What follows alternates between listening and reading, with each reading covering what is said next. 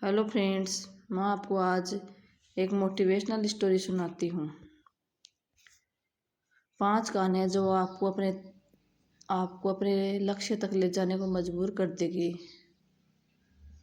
Short motivational story in the Hindi for success. पहली असफलता का रहस्य, सुकरात।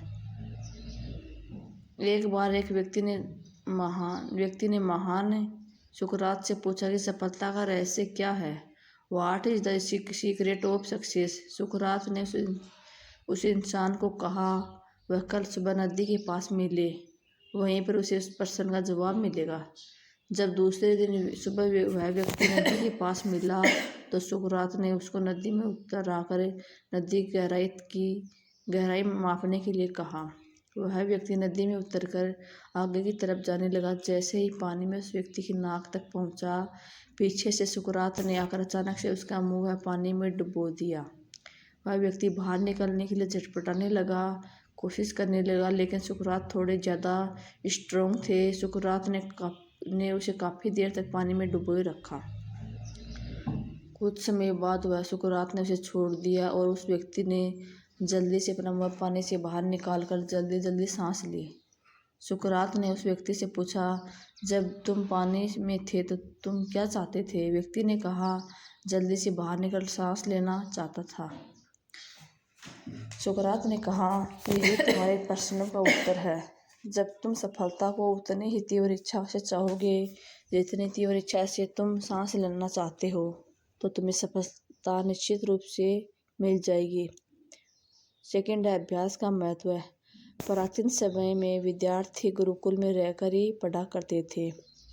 बच्चों को शिक्षा ग्रहण के लिए गुरुकुल में भेजा जाता था।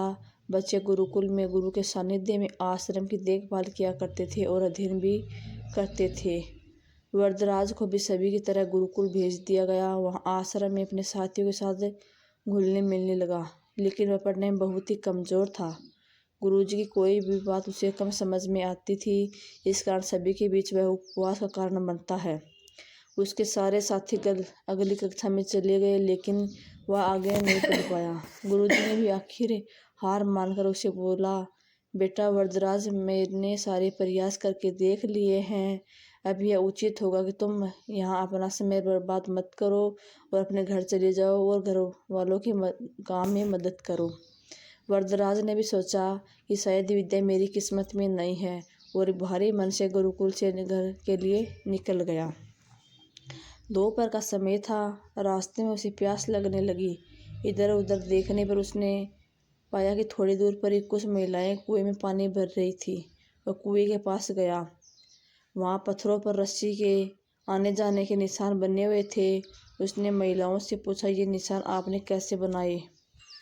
तो एक महिला ने जवाब दिया, बेटे यह निशान हमने नहीं बनाए, ये तो पानी खींचते समय इस कोमल रस्सी के बार बार आने जाने से ठोस पत्थर पर भी ऐसे निशान बन गए हैं।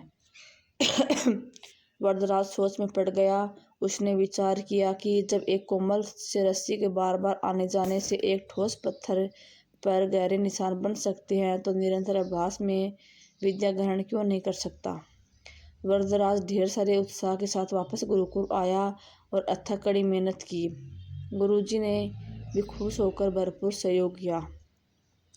कुछ ही सालों बाद यही मंदबुद्धि बालक वरदराज आगे चलकर संस्कृत व्याकरण का महान विद्वान बना, जिससे लघु सिद्धांत कौमुदी, मध्य सिद्धांत कौमुदी, सार सिद्धांत कौमुदी और गिरवाण मंजरी की रचना की। शिक्षा। दोस्तों, अभ्यास की शक्ति का कहना ही क्या है, आपको हर सपने को पूरा करेगी। अभ्यास बहुत ज़रूरी है, चाहे वो खेल हो या पढ़ाई में या किसी और चीज़ में। बिना अभ्यास के सफल नहीं हो सकते। अगर आप बिना अभ्यास के केवल किस्मत के भरोसे बैठे रहोगे तो आखिर में आपको पछतावे के सिवा और कुछ नहीं हाथ लगेगा। इसलिए अभ्यास के साथ धैर्य, परिश्रम और लगन रखकर आप अपनी निजी मंजिल पाने के लिए जुट जाएं। थर्ड है अभिनव बिंद्रा। जिद और जुनून ने दिलाया गोल्ड। ओलंपिक भारत को गोल्ड मेडल मिलने से हर भारतवासी खुशी से झूम उठा। बिंद्रा की जिद और जुनून ने उन्हें उस मुकाम पर पहुंचाया है।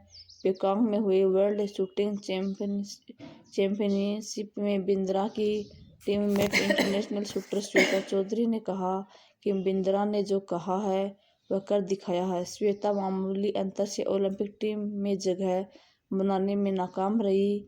श्वेता ने बताया है कि बिंद्रा ओलंपिक गोल्ड के पिछले 4 साल से अनवरत मेहनत कर रही थी। बिंद्रा ने जो कहा वह कर दिखाया। ऐसे बदलती दुनिया। श्वेता बताती है एथेंस ओलंपिक के बाद अभिनव के व्यवहार में चेंज आया। एथेंस ओलंपिक में पदक हासिल न करने के बाद उन्होंने निश्चय कर लिया कि वे अगला मौका बीजिंग ओलंपिक नहीं गंवाएंगे। एक स्मरण सुनाते श्वेता ने कहा कि पेकांग वर्ल्ड चैंपियनशिप के दौरान भारत के टीम अन्य शूटर शाम को शहर घूमने गए थे। बिंद्रा जिम में एक एक्सरसाइज कर रहे थे। शायद अभिनव को एथेंस ओलंपिक पदक नहीं जानने का सदमा ऐसा लगा। उनके व्यवहार में काफ़ी परिवर्तन आया। उसके बाद से वह रिजर्व रहने लगे। इसके पहले वह साथियों के बीच आकर हंसी मजाक करते थे। इसके बाद वह लगातार विदेशों में जाकर प्रैक्टिस करते रहे।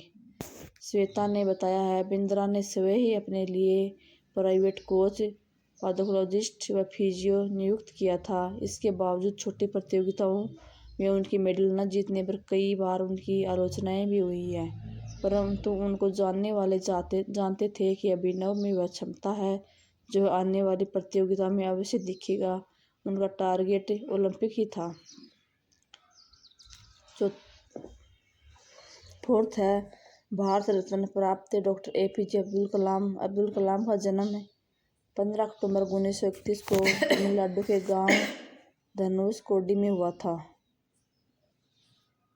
इनके पिता मछुआरे के किराए पर नाव देते थे। कलाम ने अपनी पढ़ाई के लिए धन की पूर्ति हेतु अखबार बेचने का कार्य भी किया। डॉक्टर कलाम ने जीवन में अनेक चुनौतियों का सामना किया। उनका जीवन सदा संघर्षशील रहने वाले एक ऐसे व्यक्ति की कहानी है जिसने कभी हार नहीं मानी तथा देश हित में अपने सर्वस्व न्यौछावर करते हुए सदा उत्कृष्टता के पथ पर चलते रहे। 71 वर्ष की आयु में भी वे अथक परिश्रम करते हुए भारत को सुपर पावर बनाने की ओर प्रयासरत थे। भारत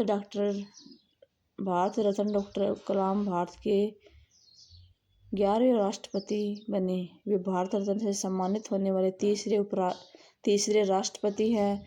भारतीय मिसाइल कार्यक्रम के जनक डॉक्टर कलाम ने देश को अग्नि एवं पृथ्वी जैसी मिसाइलें देकर चीन एवं पाकिस्तान को इनकी रेंज में लाकर दुनिया को चौंका दिया।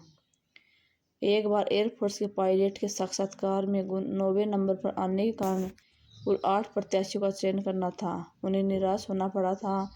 वे ऋषिकेश बाबा शिवानंद के पास चले गए एवं उनकी व्यथा उन्हें सुनाई। बाबा शिवानंद का कहने का अर्थ यह था कि असफलता से निराश होने की आवश्यकता नहीं है। असफलता आपकी दूसरी सफलताओं का द्वार खोल सकती है। तुम्हें जीवन में कहाँ पहुँचना है इसका पता नहीं है। आप कर्म करो, ईश्वर पर विश्वास करो।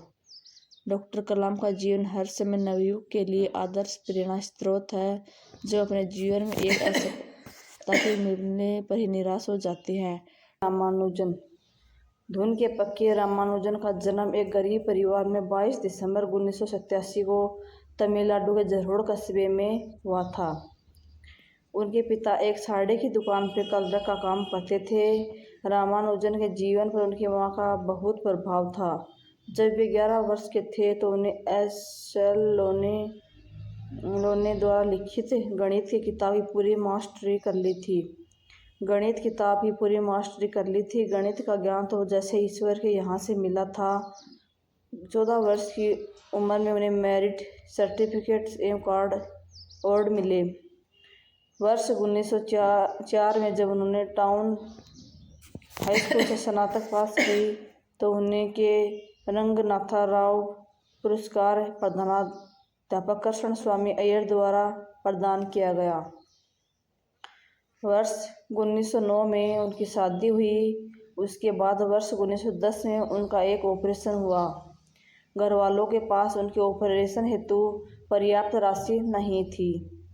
एक डॉक्टर ने उनकी मुफ्त में यह ऑपरेशन किया। इस ऑपरेशन के बाद रामानुजन नौकरी की तलाश में जुट गए। वे मद्रास में जगह जगह नौकरी के लिए घूमे।